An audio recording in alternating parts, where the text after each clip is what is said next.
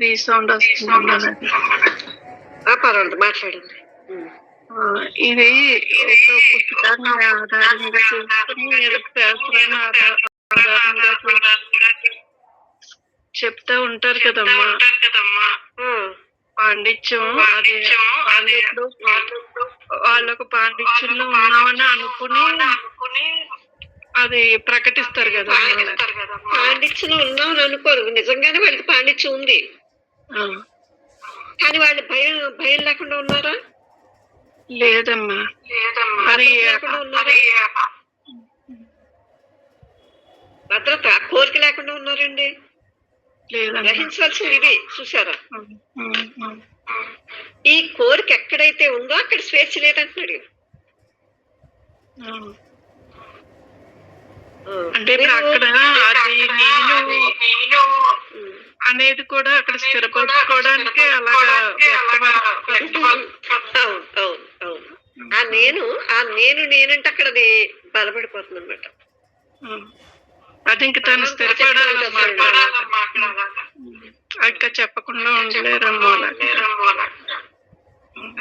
అదంతే కదా మరి. అది అలవాటుగా ఉంటుంది. అది ఇప్పుడు మనం చెప్పుకునేది ఏంటంటే దీని నుంచి మనం గ్రహించింది అది కూడా తెలివి కాదు, అది కూడా దుఃఖంగానే ఉంది, అక్కడ కూడా భయం ఉంది, అక్కడ కూడా ద్వేషరాగమోహాలన్నీ పనిచేస్తున్నాయి. చూసారా? అంటే ఈ 6 ఇంద్రియాలు అక్కడ బలపడిపోయినాయి అనమాట, శుభ్రంగా స్థిరంగా కూర్చున్నాయి అనమాట. మీకు అర్థమైందా?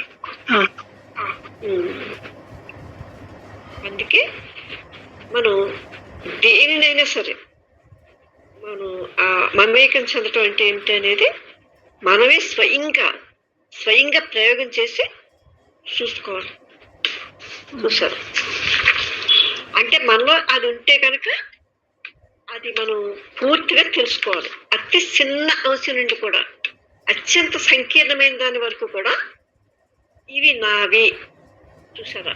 ఇవి నా చెప్పులు, ఇది నా ఇల్లు, ఇది నా కుటుంబము, ఇది నా పని, ఇది నా మతం, ఇది నా దేవుడు, ఇలా అంటూ ఉంటాం కదా. ఇలా మనం ఎంత మమేకం చెందిపోయిందో తెలియదు.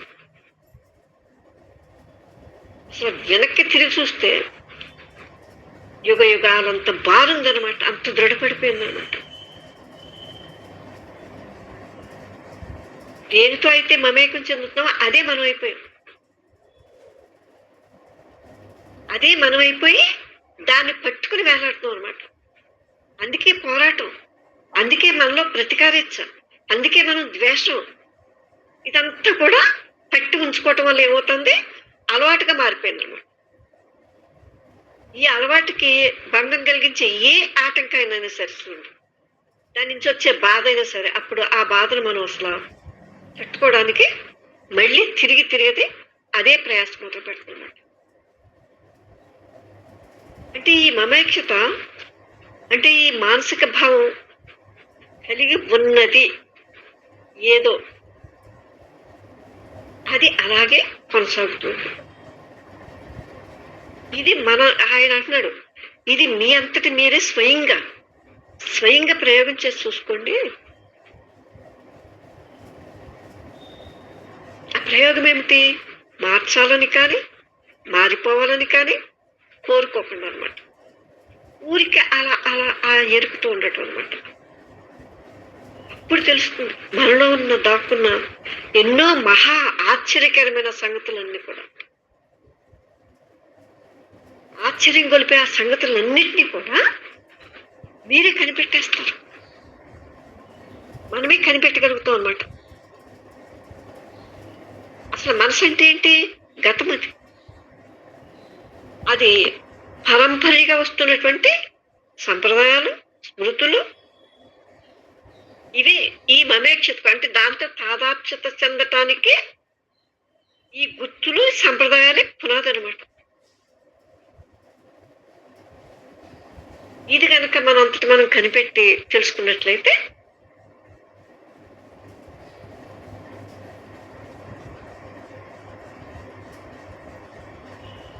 అలా కనిపెట్టేసినప్పుడు ఏమవుతుంది, ఆ మనసు బయటపడుతుంది. ఎలా అంటే దాంతో తాదాప్యత అయితే చెందదు, మమేక్షత అనే ఆ ప్రక్రియ లేకుండా పని చేయగలుగుతుంది అనమాట.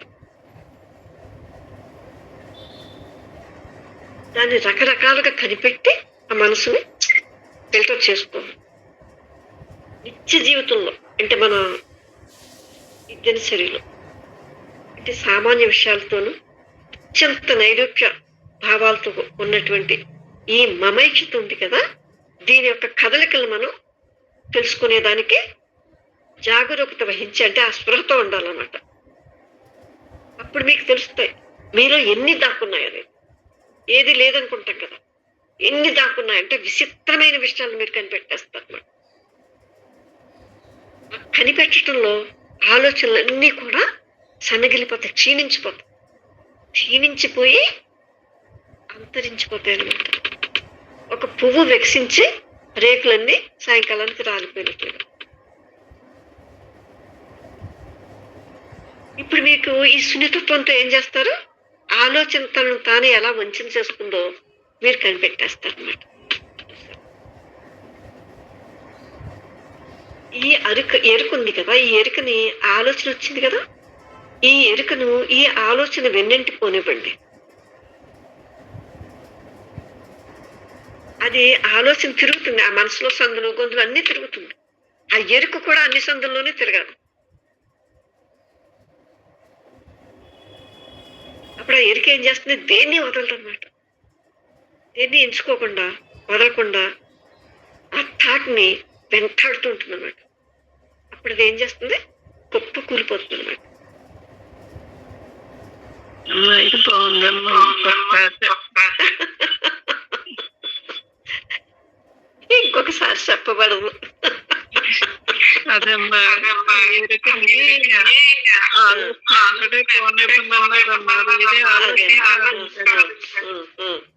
ఆలోచన ఆలోచన సందులో గొంతులు తిరుగుతూ ఉంటుంది. ఎక్కడెక్కడో ఏవేవైతే తీసుకొస్తుంది కదా, అక్కడంతా ఆ ఎరుక ఉన్నప్పుడు చూసారా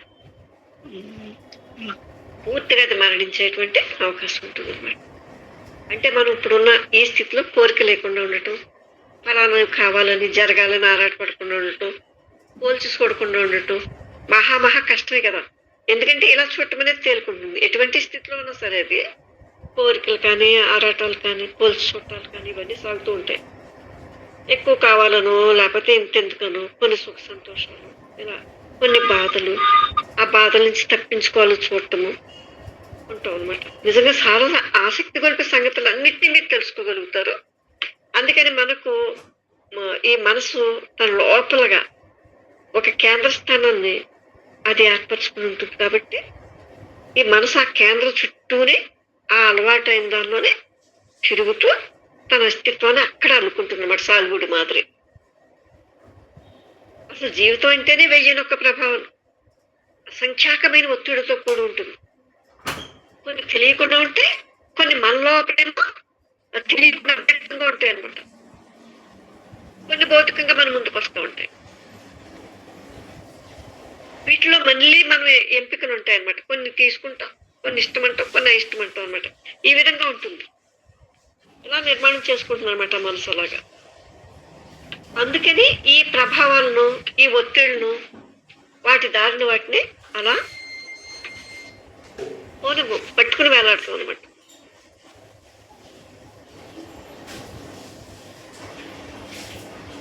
వాటిని అలా పోనివ్వు, వాటి తాకిడికి ఏమాత్రం చెలించకుండా చెలించిపోతాం. ప్రతి ఒక్క తాకిడి ఆ మనసును కదిల్చి వేస్తుంది అన్నమాట. ఈ ఫలితాన్ని అది మంచిదను చెడ్డదను అంటూ ఉంటుంది కదా, అప్పుడు దాని ఒత్తిడిని మనం గమనించడం అన్నమాట. ఆ విషయంలో ఎరుకుతూ ఉండటం అనమాట. ఎరుక అక్కడ ఉంటుంది, అది మీకు ఆ తెలివి ఉంటుంది అక్కడ. అప్పుడు దాన్ని ఇంకా మనం ఆహ్వానించడం కానీ ప్రతిఘటించడం కానీ, వద్దని కానీ కావాలని కానీ చెయ్యం అనమాట.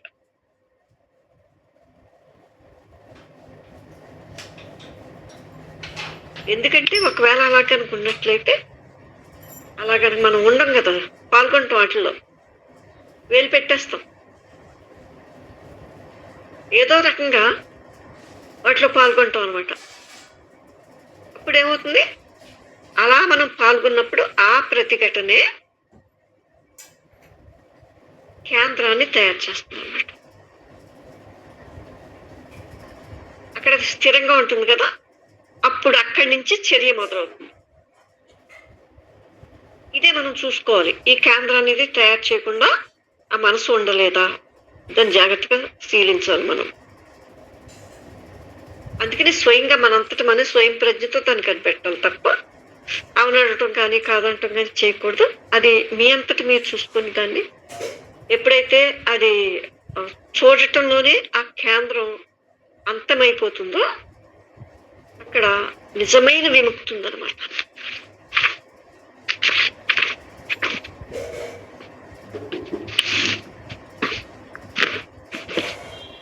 హలో ఇప్పుడు ఇదంతా మీరు విన్నారు కదా.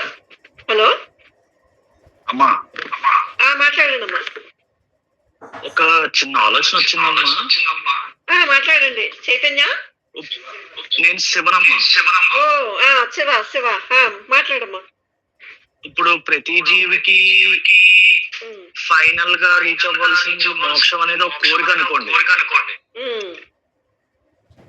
ఇప్పుడు మోక్షం అనేది ఇప్పుడు నిత్యానంద స్థితేనమ్మా. అసలు శివ, ఆ మోక్షం అని పేరెందుకమ్మా అక్కడ దానికి? అసలు నిన్ను పట్టుకుని వేలాడి నిన్ను ఘర్షణలోకి నెట్టేసి భయాలతో కుదిపేసి ఘర్షణ తీసుకొచ్చేదాన్ని నువ్వు కనిపెడితే ఏమో శివ, ఇది అర్థమవుతుందా? నువ్వు కనిపె